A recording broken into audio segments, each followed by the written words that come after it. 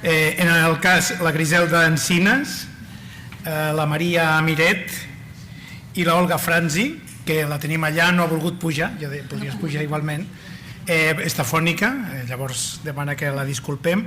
Les tres treballen al centre d'Erampronyà,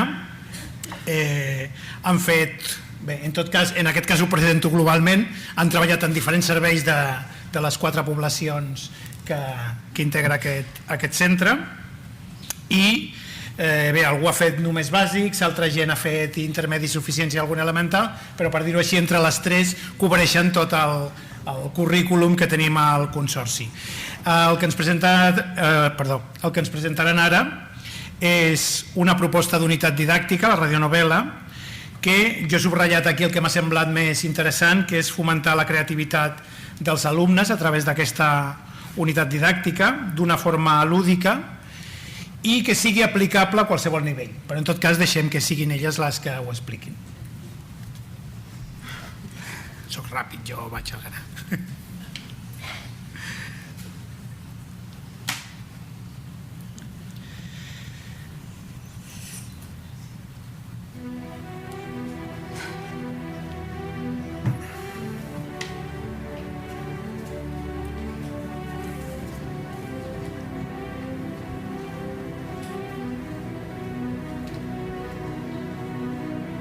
El Consorci de Normalització Lingüística de l'Arampunyà presenta La tragèdia d'una mare, amb l'actuació estel·lar dels alumnes d'Intermedi 1, amb la col·laboració del tècnic de so, Diego.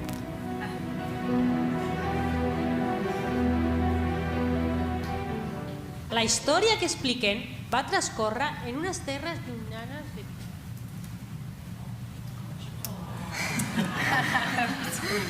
Ja ens havíem enganxat. Bon dia, moltes gràcies Jordi per la presentació. Nosaltres us presentarem la nostra experiència, que com bé ha dit ell, l'hem fet entre... No se sent? Que com bé ha dit ell, l'hem fet entre nosaltres tres, l'Olga, la Maria i jo. I l'hem titulada Una proposta d'unitat didàctica, la radionovel·la. Suposo que ja heu entès que era una petita mostra, el que heu sentit era un inici d'una de les radionovel·les, però vaja, primer us expliquem per què vam decidir fer una radionovel·la. Aquest projecte va néixer arran de les reunions de treball que fem amb en Jaume, el famós Jaume, que no para de sortir. I havíem de preparar una unitat didàctica i se'ns va acudir aquesta idea i en principi havia de ser per un elemental 2, després ja veureu que la vam adaptar per tots els nivells. Llavors l'objectiu era treballar la creativitat, que això que deia, que fos adaptable a qualsevol nivell, i treballar dinàmiques de grup, treballar en equip. I llavors vam comprometre'ns a portar-ho en pràctica, i llavors jo vaig fer bàsic 3, l'Olga l'intermedi, intermedi 1 i ella suficiència 1. I ara us explicarem l'experiència. Com ho hem fet una miqueta, molt resumit, d'acord? Bé, un dels altres motius pels quals vam decidir fer una radionovel·la era perquè consideràvem que era un text que era molt important perquè precisament a través de la paraula ho diem tot i necessitem d'entrada, necessitem que algú faci un text per ser llegit en veu alta i perquè sigui escoltat. I aquest fet ens dona... És com una excusa. Nosaltres sempre fem textos a classe que normalment han de ser llegits, però en aquest cas el fet que el text hagi de ser escoltat implica que amb la paraula ho hem de dir tot. És clar que és un text que necessitem, a part de la paraula, utilitzar la música i els efectes sonors, però si sabem que només amb la paraula sentida, escoltada i per tant ens podem imaginar allò que s'està dient, l'alumnat pot ser una mica més conscient que allò que ha de fer ha de ser un tot que ha de tenir un significat autònom, és a dir, ha de ser com quan vosaltres llegiu un text, a l'alumnat se li diu és que no entenc això, no entenc allò altre, és que has de pensar que el text està pensat d'una manera concreta i tot el que hi és té sentit i el que no hi és també té sentit. Per tant, per això vam pensar que la radionovel·la ens donava aquest punt de més que possiblement amb un altre tipus de text no ens ho dona. Quan comencem les unitats, o bé, quan comencem a treballar la radionovel·la, el primer que vam fer va ser qüestionar-nos què és el que havia de tenir una radionovel·la perquè tingués èxit. Com que ells al final haurien de fer una radionovel·la, van dir, bueno, al final n'haureu de fer una, que l'escoltarem entre tots. Com ha de ser aquesta radionovel·la? I vam determinar que havia de tenir aquestes característiques d'aquest mapa conceptual que veieu aquí. Diu, una radionovel·la ha de ser curta i no ha de tenir pauses, ha de tenir un argument que sigui senzill, emocionant, que no sigui lineal i que creï expectació, ha de tenir pocs personatges i aquests personatges han de ser estereotipats i ben diferenciats, ha d'estar molt ben narrada i per tant ha de tenir un narrador que expliqui i presenti els fets, els llocs i els personatges i, com ja hem dit abans, ha de tenir una bona música de fons i ha d'estar ben interpretada pels actors. Clar, això és molt maco presentar-ho així en aquest mapa conceptual, però el que implica és que partim del que saben els alumnes i arribar a fer això implica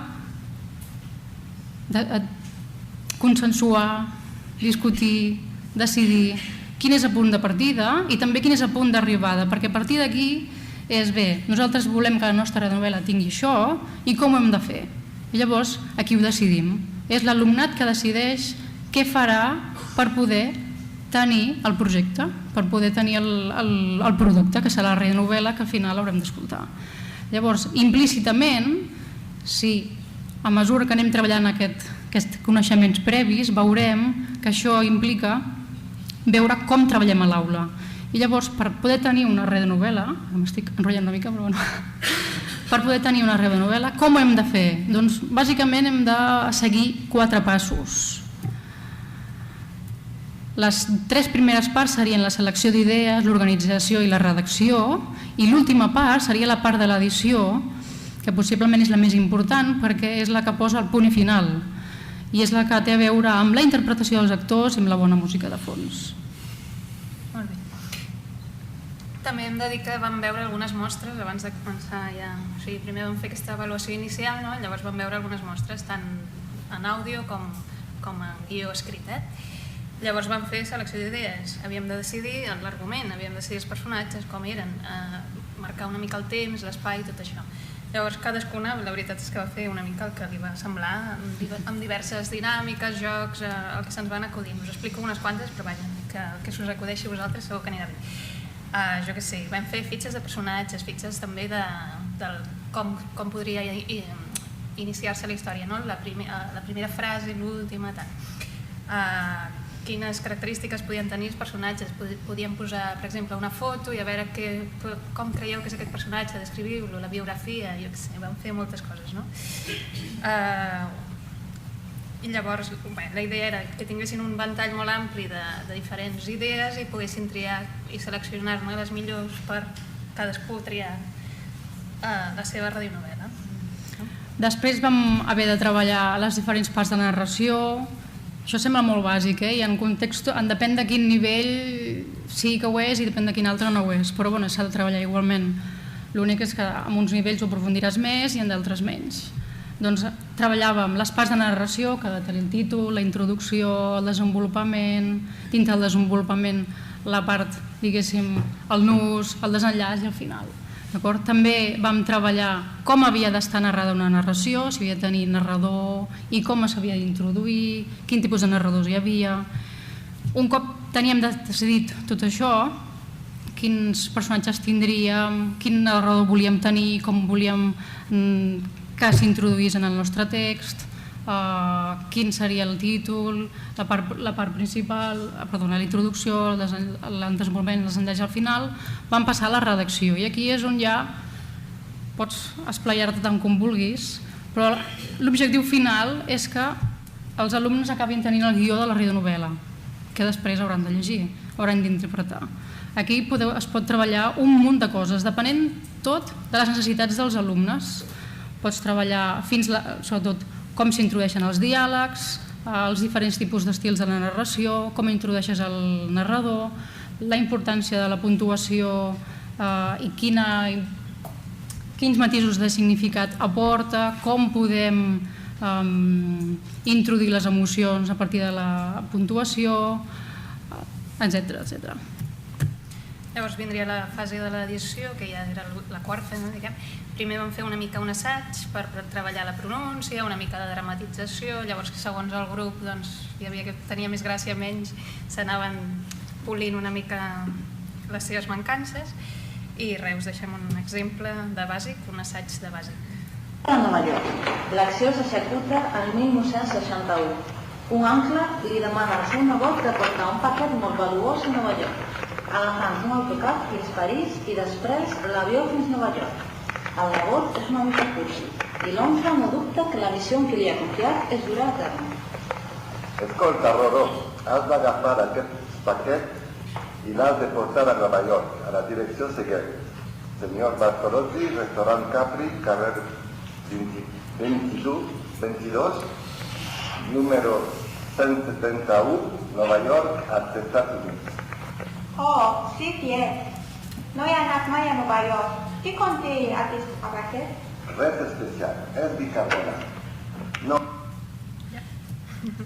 I res, després continuant amb l'edició ja fer la gravació, posar-hi la música, els efectes, tal. Ells ho han fet tot, però també van buscar les músiques, pensant si el moment de la història era més dramàtic, si, jo què sé, si calia el que fos, no? I acabar de contextualitzar també amb els efectes sonors. I ara escoltareu al final del principi que heu sentit abans, al principi de l'exposició. Aquest és el final d'aquella radionovel·la. La tragèdia d'una mare d'Intermedi 1. Pas de vida, fes-me l'últim favor. Corre a buscar el meu amor Valdiri. Quan sent això la Gotruda baixa corrent les escales desesperada cridant al seu pare. Para, puja amb mi, quina tragèdia! La Gotruda explica tot el que ha sentit i ella i el seu pare entren a l'habitació. Son pare furiós i cridant li diu: Mala bagassa, què has fet, desgraciada? M'has tingut enganyat tota la vida. Per això mai has estimat a la meva filla de veritat. Que el demoni se t'emporti a l'infern. L'infern ha estat viure amb tu tota la vida. Onofre surt furiós i mentrestant entra per l'altra porta Monsenyor Valdiri Jesús. Dolça, amor meu, com estàs? M'estic morint. Te he venir per dir-te que la Beatriu és filla teva. Cuida-la. Oh, Déu meu, s'ha mort.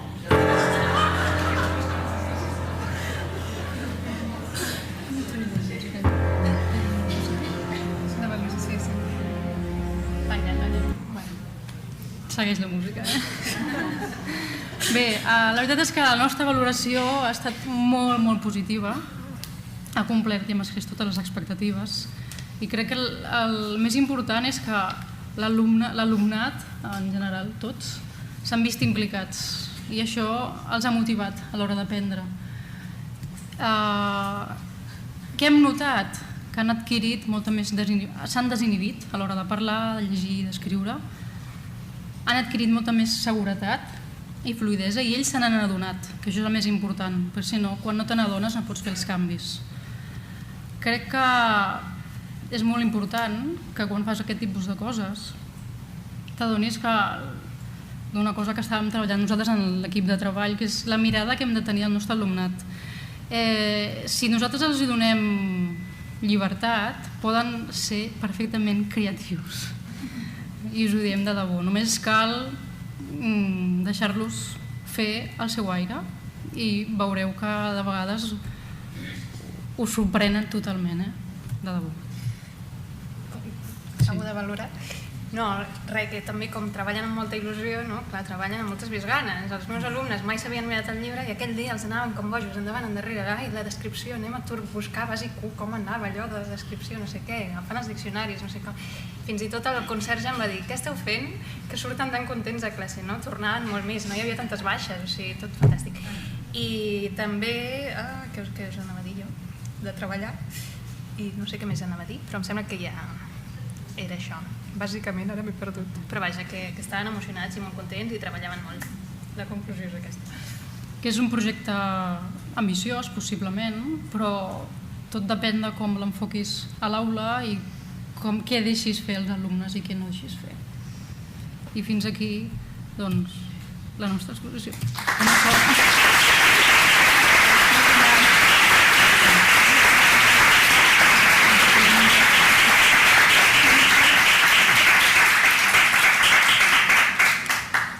Moltes gràcies per aquesta aportació tan interessant. A mi m'ha entusiasmat, m'ha semblat magnífica i a més de que dona la sensació d'això de que integra continguts, m'ha semblat molt maca, no? Et venen ganes ja de posar-te, va, vinga, un micro, no? Per fer una radionovela.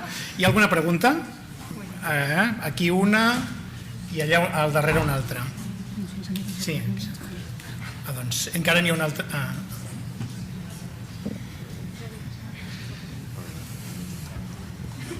Hola, a mi m'agradaria saber com ho fèieu tot això de l'edició, és a dir, quina infraestructura, quin tipus d'aula hi havia, com vau fer per explicar-los també el tema dels àudios, els arxius si eren vostres, si els deixàveu que ells els busquessin per internet, si ho feu a través d'algun programa, bueno, tot això, el tema més específic i informàtic. Hi ha hagut diferents opcions. La música, hi ha músiques que les hem buscades ells, d'altres algunes nosaltres, depenent de la radionovela, perquè n'hem fet unes quantes. Llavors, en algun cas vam necessitar una persona que vingués a fer tècnic de so, que va venir amb l'ordinador i ja està.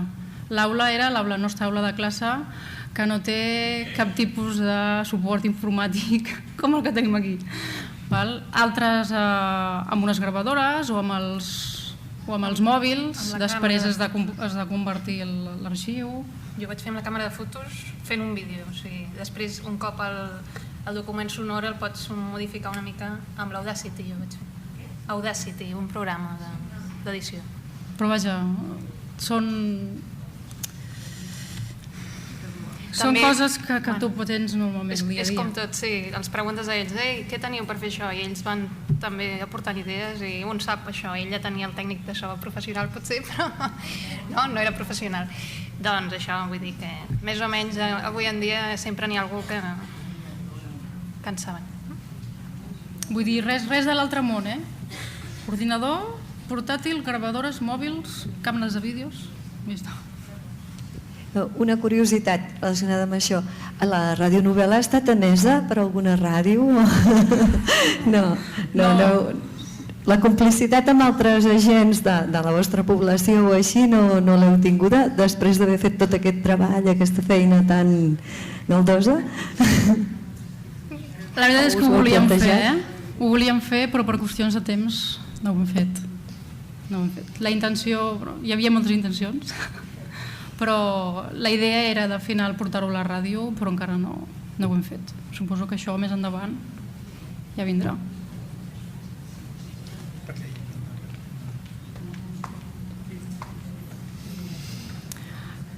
Perdona, en un dels grups teníem un blog i la intenció era penjar-ho al blog. L'únic és que va haver-hi certs problemes tècnics i no ho vam fer, però la intenció hi era. Hola, m'agradaria saber quant temps vau dedicar per fer aquesta unitat. Doncs... Cadascuna va fer el que va poder.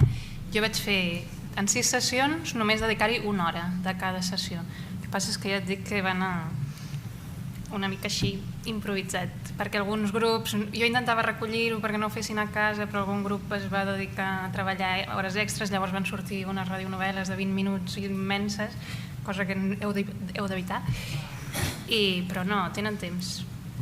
A veure, tampoc no cal que sigui una història molt llarga, 3, 4, 5, 6 minuts i ja està bé. En el meu cas, que vaig fer segur, jo hi vaig dedicar 2 unitats, que van ser com unes 13 sessions.